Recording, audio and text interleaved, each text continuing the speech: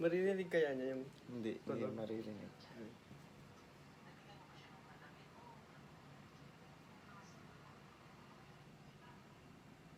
Hindi pa nakarelax.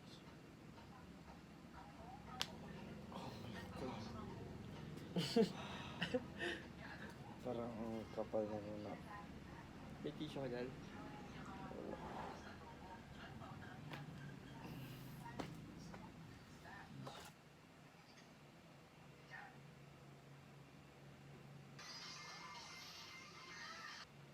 Mahirap na siya.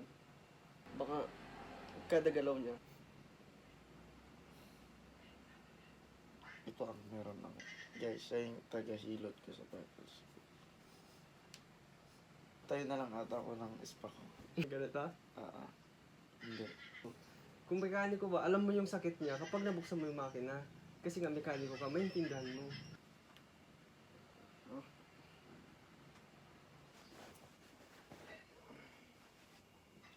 Ano na malalim?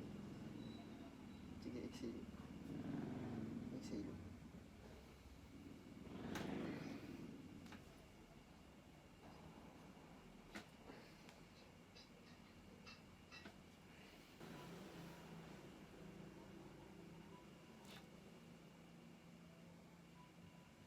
Muscle mo.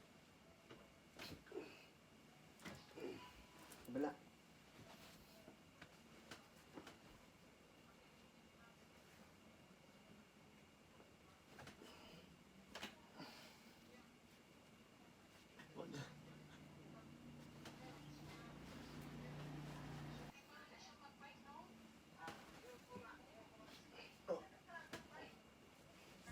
So, point of view ito ng may kaibigan, may best friend na masahista. Actually, hindi naman siya yung talagang nagmamassage sa labas. Ay, marunong lang talaga siya.